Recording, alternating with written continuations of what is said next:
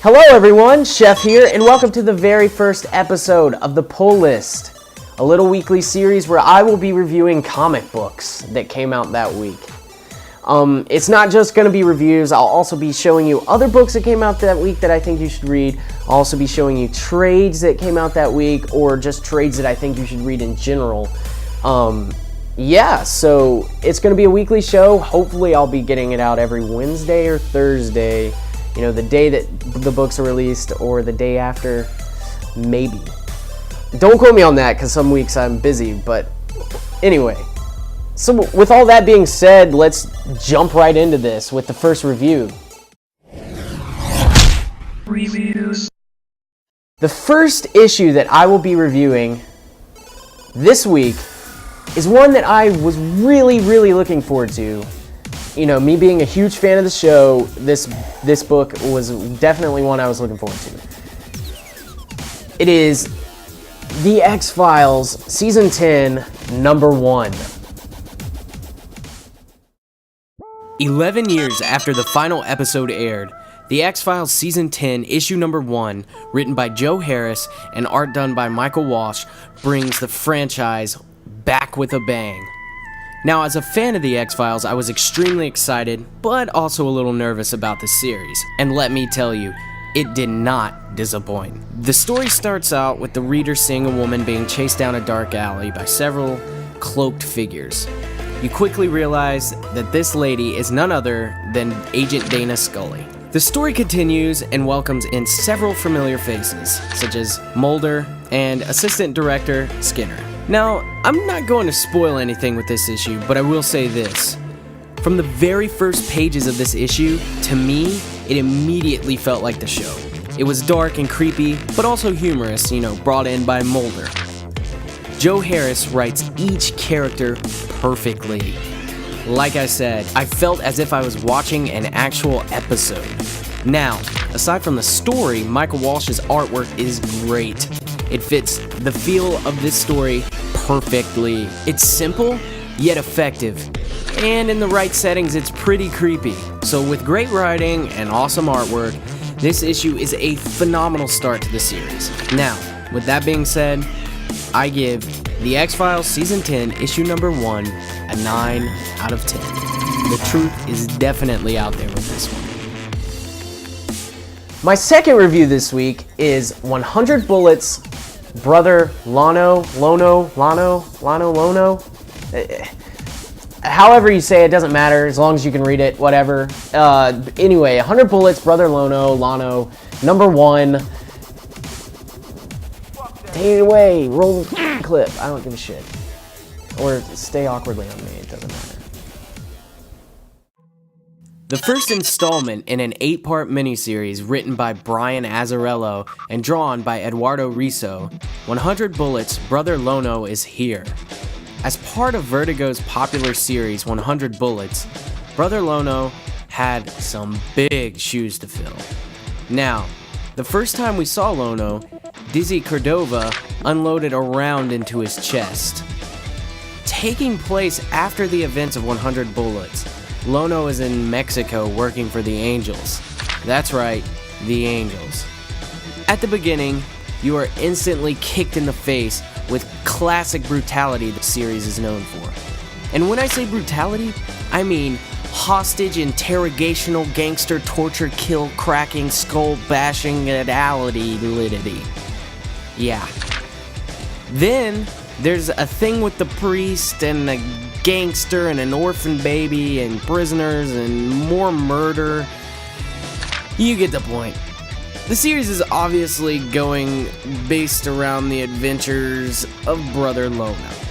Now, I thought this issue was just okay. I just didn't feel it was anything special. Nothing that hasn't been done a million times. Risso's artwork is alright. At first I wasn't a huge fan, but the more I read, the more I seemed to like it. All in all, this issue wasn't terrible, but it just wasn't absolutely amazing either. Hopefully, it will get better with the next 7 issues. With an okay story and okay artwork, I give 100 Bullets, Brother Lono, number 1, a 7 out of 10.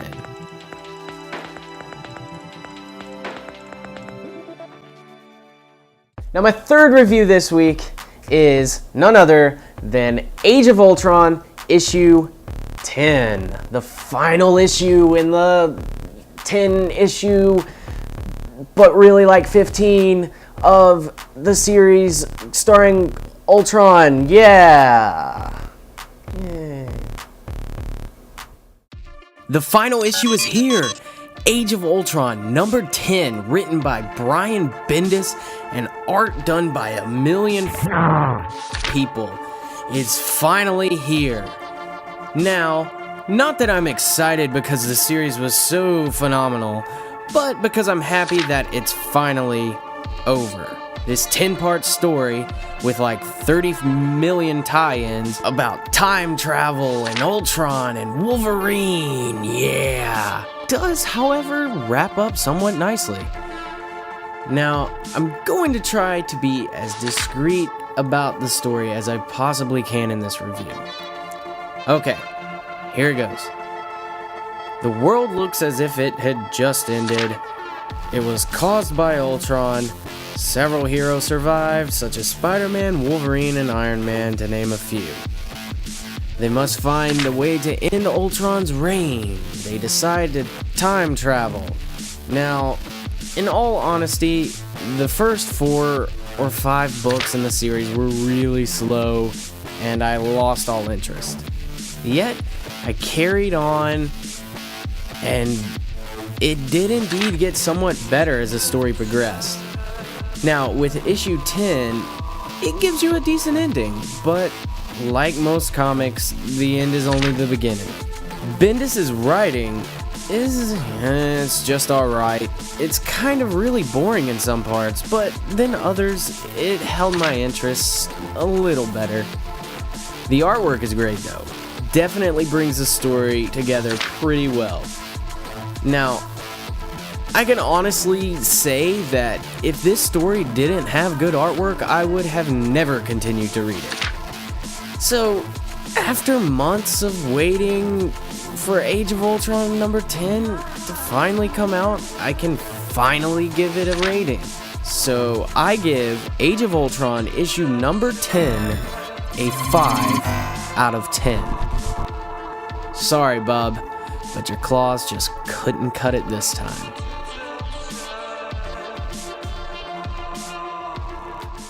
Alright, now, for the 4th and final issue that I will be reviewing this week, I chose Green Lantern, New Guardians, issue number 21. It's June, and you know what that means. An all-new creative team for every single Lantern title. Now this week's Lantern book was Green Lantern, New Guardians, number 21, written by the one, the only, Justin Jordan, and art by Brad Walker. As we all know, this title mainly follows Kyle Rayner, the once Green Lantern turned White Lantern during the Wrath of the First Lantern story arc. Now, coming directly out of the First Lantern arc into this new one, we get to follow Kyle as he quote-unquote babysits the new group of Guardians. Oh, and there's space sharks. Enough said. Now, I was a little hesitant when I first heard the series was getting a new writer. But once I heard it was Justin Jordan, however, my worries disappeared. And rightly so, it would appear. New Guardians number 21 is freaking amazing. Jordan's writing is phenomenal. He writes Kyle the way Kyle is supposed to be written. Topped off with Walker's phenomenal artwork, this issue does everything right. The problem I have, and it's the only problem I have with this issue, is very, very minor. Kyle's mask is just way too thick. It looks sort of goofy. But hell, if that's my only complaint, then I'm 100% satisfied. I give Green Lantern New Guardians number 21 a 10 out of 10. and it is the Command issue of the week. So do yourself a favor and go pick this issue up now. Now I'm going to share with you issues that also came out that I didn't review. Issues that I think you guys should pick up just because I think they're good, they're worth picking up, it's worth spending the money on. Yeah, so here's the list of issues that you should also buy this week.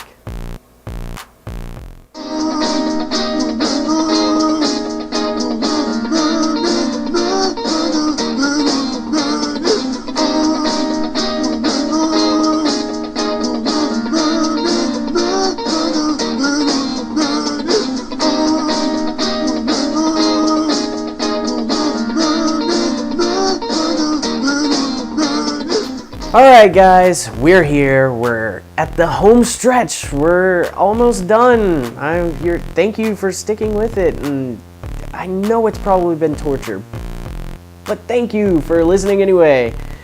Anyway, final segment is one that I have named Get Traded.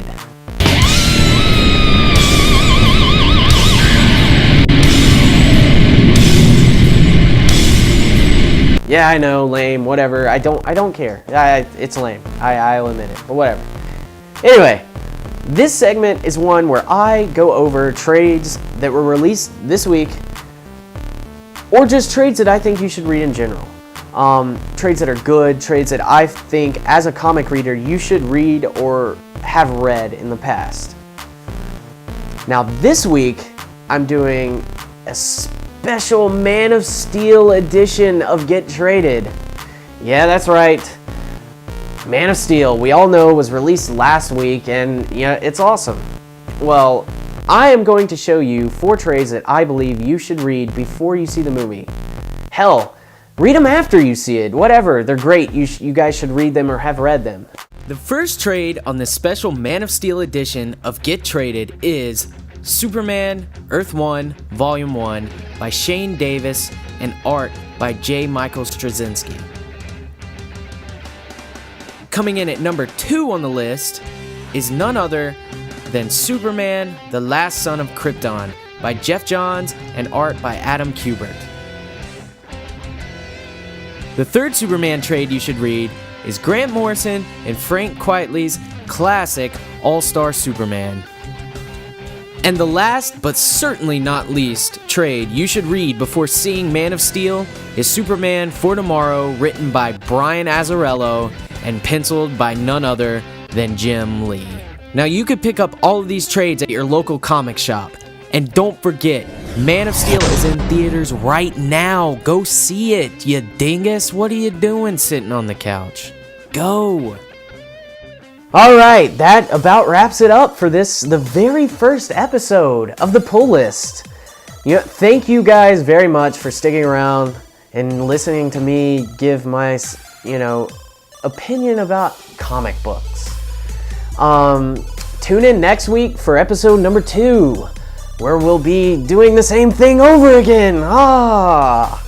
Anyway, click subscribe on the generic thing that YouTube people say after every video. Click and subscribe, like or dislike, leave a comment telling me why I'm or why I should do this, or how cool I am, blah blah blah, YouTube banter.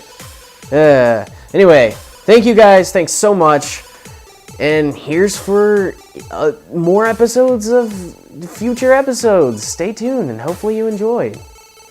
You guys take it easy.